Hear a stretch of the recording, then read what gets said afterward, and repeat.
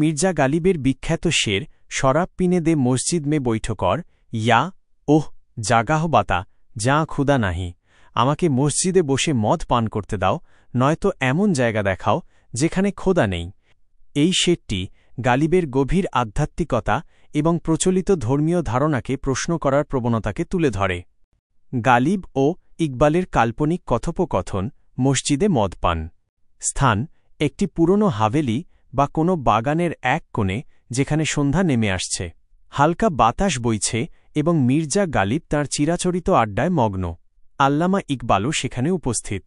গালিব পেয়ালায় চুমুক দিতে দিতে ইকবালের দিকে তাকিয়ে, ইকবাল, যুবক, তোমার চোখে সেই গভীর জিজ্ঞাসা দেখি যা আমার যৌবনে ছিল।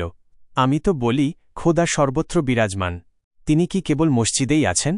ইকবাল, শ্রদ্ধার সাথে কিন্তু নিজের চিন্তায় অটল, জনাব গালিব, খোদা সর্বত্রই আছেন, এ নিয়ে কোনো সন্দেহ নেই, কিন্তু মসজিদ তো তাঁর ইবাদতের স্থান, যেখানে মানুষ পবিত্রতা ও একাগ্রতা নিয়ে প্রবেশ করে।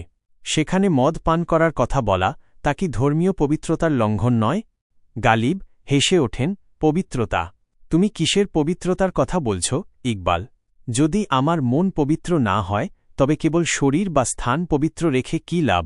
আমার কাছে খোদা সেই সব জায়গায় আছেন যেখানে তাঁর অস্তিত্ব আছে, আর যখন আমি মদের পেয়ালায় ডুব দিই তখন আমার আত্মা এক ভিন্ন স্তরের উপলব্ধিতে পৌঁছে যায়। আমি যখন বললাম শরাব পিনে দে মসজিদ মে বৈঠকর ইয়া ওহ জাগাহ বাতা যা খুদা নাহি, তখন আমি প্রশ্ন করছিলাম, খোদা যদি সর্বত্রই থাকেন তবে কেন তার কোনো নির্দিষ্ট স্থানে আমার এই মানবীয় দুর্বলতার প্রকাশ নিষিদ্ধ হবে? ইকবাল, চিন্তিত মুখে, জনাব, আপনার দর্শন গভীর, কিন্তু আপনার এই কথাটি সাধারণ মানুষের কাছে ভুল বার্তা দিতে পারে। ধর্মীয় আচার এবং স্থানের পবিত্রতা মানুষের মনকে শৃঙ্খলাবদ্ধ রাখে। যদি এই শৃঙ্খলা ভেঙে যায় তবে কি ধর্মীয় মূল্যবোধ দুর্বল হয়ে পড়বে না? মসজিদ তো শুধু একটি স্থান নয়, এটি মুসলিম উম্মাহর ঐক্যের প্রতীক, তাদের আধ্যাত্মিক কেন্দ্র।